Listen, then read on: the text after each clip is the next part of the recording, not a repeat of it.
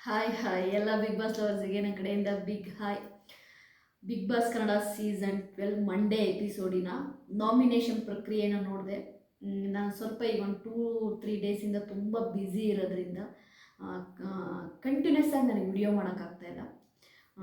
ಬಂದಮೇಲೆ ಪ್ರೋಮೋ ಕೂಡ ನೋಡಿದೆ, ಸೆಕೆಂಡ್ ಪ್ರೋಮೋ ಕೂಡ ನೋಡಿದೆ, ಇವಾಗ ನಾಮಿನೇಷನ್ ಪ್ರಕ್ರಿಯೆ ಕೂಡ ನೋಡಿದೆ.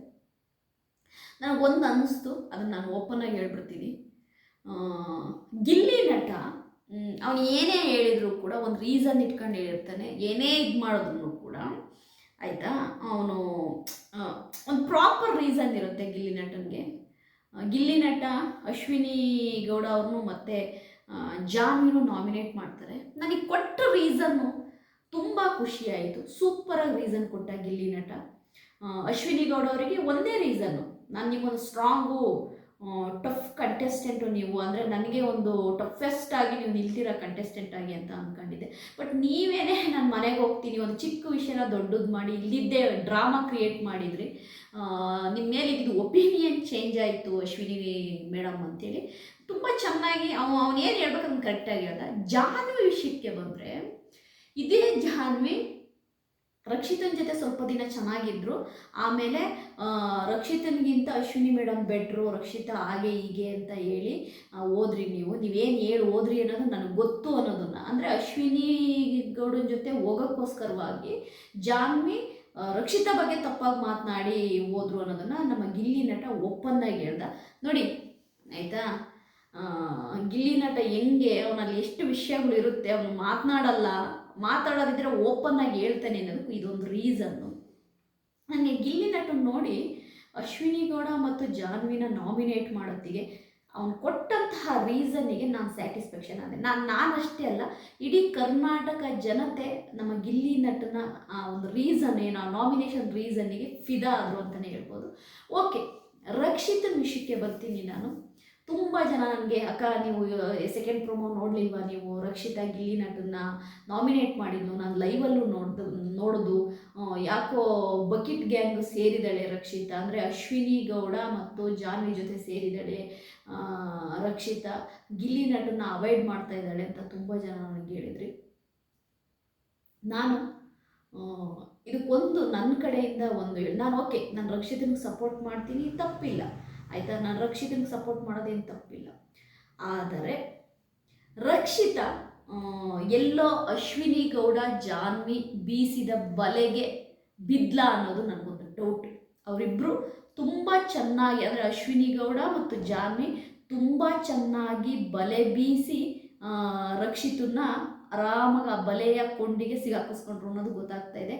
ಇದರಿಂದ ರಕ್ಷಿತನಿಗೆ ನಷ್ಟ. ರಕ್ಷಿತಾ ಪ್ಲೀಸ್, ನೀನು ಅವರ ಬಲೆಗೆ ಬಿದ್ದರೆ ಖಂಡಿತವಾಗ್ಲೂ ಬಿಗ್ ಬಾಸ್ ಮನೆಯಿಂದ ನೀನು ಹೊರಗಡೆ ಹೋಗ್ತೀಯ.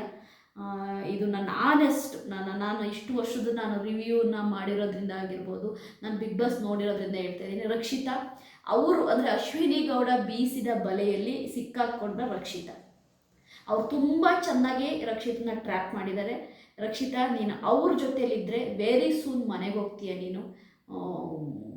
ಈ ಕಾಕ್ರೋಚ್ ಸುದಿ ಮನೆಗೆ ಹೋಗೋಕ್ಕೆ ಮೇನ್ ರೀಸನ್ನೇ ಅದು. ಅಂದರೆ ಜಾನ್ವಿ ಮತ್ತು ರಕ್ಷಿತಾ ಗೌಡ ಬೀಸಿದ ಬಲೆಯಲ್ಲಿ ಬಿದ್ದಂತಹ ನಮ್ಮ ಯಾರು ಕಾಕ್ರೋಚ್ ಸುದಿ ಅವರು ಮನೆಗೆ ಹೋದರು. ಹಾಗಾಗಿ ಅಶ್ವಿನಿ ಗೌಡ ಏನೋ ಆಯಿತಾ, ರಕ್ಷಿತನ್ನ ಹೆಂಗೆ ಪ್ರೀತಿಯಿಂದ ಬಲೆಗೆ ಸೆಳ್ಕೋಬೇಕು ಅದನ್ನು ತುಂಬ ಚೆನ್ನಾಗಿ ಟ್ರೈ ಮಾಡಿ ಪ್ರೀತಿಯಿಂದ ಬಲೆಗೆ ಬೀಳಿಸ್ಕೊಂಡಿದ್ದಾರೆ ರಕ್ಷಿತಾ. ಅದು ನಿನಗೆ ಗೊತ್ತಾಗ್ತಿಲ್ಲ. ನೀನು ಗಿಲ್ಲಿ ನಟನ ಒಂದು ಫ್ರೆಂಡ್ಶಿಪ್ಪಲ್ಲಿ ಗಿಲ್ಲಿ ನಟನ ಜೊತೆ ನಿನ್ನ ಒಂದು ಬಾಂಡಿಂಗು ಎಲ್ಲಿ ತನಕ ಚೆನ್ನಾಗಿರುತ್ತೆ ಅಲ್ಲಿ ತನಕ ನೀನು ಸೂಪರು ಆಯಿತಾ. ನಿನ್ನನ್ನು ಎಲ್ಲರೂ ಕೂಡ ನಿನ್ನನ್ನು ಪ್ರೀತಿಸ್ತಾರೆ. ನೀನು ಅಶ್ವಿನಿ ಗೌಡ ಅವರ ಬಲೆಗೆ ಬಿದ್ದು ಅಶ್ವಿನಿ ಗೌಡ ಜಾನ್ವಿ ಹೇಳಿದ ಮಾತುಗಳನ್ನ ಕೇಳಿ ಅವರ ಮಾತಿನಂತೆ ನೀನು ನಡ್ಕೊಳಕ್ಕೆ ಹೋದರೆ ಇಲ್ಲಿರುವ ರಕ್ಷಿತಾ ಒಂದೇ ಸರಿಗೆ ಪಾತಾಳಕ್ಕೆ ಬೀಳ್ತಾರೆ. ನಾನೇ ಎಕ್ಸ್ಪೆಕ್ಟ್ ಮಾಡಿರಲಿಲ್ಲ, ಸಾರಿ, ನಾನು ರಕ್ಷಿತನಿಂದ ಇದನ್ನು ಎಕ್ಸ್ಪೆಕ್ಟ್ ಮಾಡಿರಲಿಲ್ಲ. ರಕ್ಷಿತಾ, ನೀನು ತುಂಬ ಮೆಚ್ಯೂರ್ಡ್ ಗರ್ಲ್ ಅಂತ ತಿಳ್ಕೊಂಡಿದ್ದೀನಿ. ನೀನು ಬರೀ ಒಂದೇ ವಾರದಲ್ಲಿ ನೀನು ಹಿಂಗಾಗ್ಬಿಟ್ಟೆ, ನೀನು ತಲೆ ಕೆಳಗಾಗ್ಬಿಟ್ಟೆ ನೀನು ಆಯಿತಾ. ನಿಮಗೆ ಬೆಸ್ಟು ಕಿಚ್ಚನ ಚಪ್ಪಾಳೆ ಸಿಕ್ಕಿದಾಗ ನಾವೆಷ್ಟೆಲ್ಲ ಖುಷಿ ಪಟ್ಟಿದ್ದು. Okay, Rakshita is matured girl, okay ರಕ್ಷಿತನಿಗೆ ಕಿಚ್ಚನ ಚಪ್ಪಾಳೆ ಸಿಕ್ಕಿದ್ದು ನಮಗಂತೂ ಖುಷಿಯಾಗಿದೆ ಅಂತ. ಬಟ್ ನನಗೆ ಇವತ್ತಿನ ಪ್ರೊಮೋ ನೋಡಿದಾಗ, ನಾಮಿನೇಷನ್ ಪ್ರಕ್ರಿಯೆ ನೋಡಿದಾಗ ರಕ್ಷಿತನ ಮಾತಿನ ವರಸೆ ಬೇರಾದಂಗೆ ಕಾಣ್ತಾ ಇದೆ. ಎಲ್ಲಿ ನನಗೆ ರಕ್ಷಿತಾ ಅಶ್ವಿನಿ ಗೌಡನ ಬಲೆಗೆ ಬಿದ್ದು, ಇಲ್ಲ ರಕ್ಷಿತಾ ಅಶ್ವಿನಿ ಗೌಡ ಅವರ ಮಾತುಗಳನ್ನು ಕೇಳಿ ಎಲ್ಲಿ ಅವಳ ಆಟದ ಒಂದು ಇದನ್ನೇ ಬದಲಾಯಿಸ್ತಾಳೋ ಅಂತ ಅನ್ನಿಸ್ತಾ ಇದೆ. ಹಂಗೆ ಬದಲಾಯಿಸಿದ್ದೆ ಆದರೆ ರಕ್ಷಿತಾ ವೆರಿ ಸೂನ್ ಮನೆಗೆ ಹೋಗ್ತಾಳೆ. ಯಾಕೆ ಅಂತಂದರೆ ಅಶ್ವಿನಿ ಗೌಡ ಅವ್ರು ಹಂಗೇನೆ ಪ್ರೀತಿಯಿಂದ ಹತ್ರಕ್ಕೆ ಸೆಳ್ಕೊಂಡು ಆಯಿತಾ ಅವ್ರನ್ನ ಒಂದೇ ಸರಿಗೆ ಕೈ ಬಿಡುವಂತಹ ಪರ್ಸ್ನಾಲಿಟಿ ಅಶ್ವಿನಿ ಗೌಡಂದು. ನಾನು ಅದು ಅಶ್ವಿನಿ ಗೌಡನ ನಾನು ತಪ್ಪು ಅಂತ ಹೇಳಲ್ಲ, ಅದು ಅಶ್ವಿನಿ ಗೌಡರ ಆಟದ ತೀರಿರ್ಬೋದು. ಏಕೆಂದರೆ ಎಲ್ಲರೂ ಅಲ್ಲಿ ಗೆಲ್ಲಕ್ಕೆ ಬಂದಿರೋದು, ಅಲ್ಲಿ ಎಲ್ಲರೂ ಬಿಗ್ ಬಾಸ್ ಮನೆಗೆ ಎಲ್ಲರೂ ಗೆಲ್ಲಕ್ಕೆ ಬಂದಿರಬೇಕಾದ್ರೆ ಅದೇ ಯಾರನ್ನು ನಂಬಿ ಯಾರೂ ಆಟ ಆಡಬಾರ್ದು ಅನ್ನೋದು ನನ್ನ ಒಂದು ಅನಿಸಿಕೆ. ಬಟ್ ನನಗೆ ತುಂಬ ಬೇಜಾರಾಯಿತು. ನಾನು ರಕ್ಷಿತನ ಹತ್ರ ಇದನ್ನು ಎಕ್ಸ್ಪೆಕ್ಟ್ ಮಾಡಿರಲಿಲ್ಲ.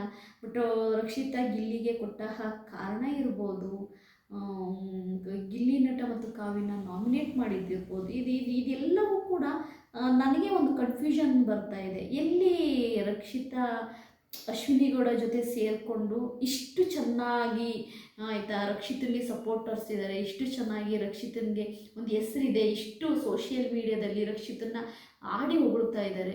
ಇದೆಲ್ಲವನ್ನೂ ಕೂಡ ಎಲ್ಲಿ ರಕ್ಷಿತಾ ಮತ್ತೆ ಅವಳು ಕಳ್ಕೊಳ್ತಾಳೇನೋ ಅಂತ ಅನ್ನಿಸ್ತಾ ಇದೆ. ನನಗೆ ಬೇಜಾರಾಯಿತು. ನನಗೆ ಯಾಕೋ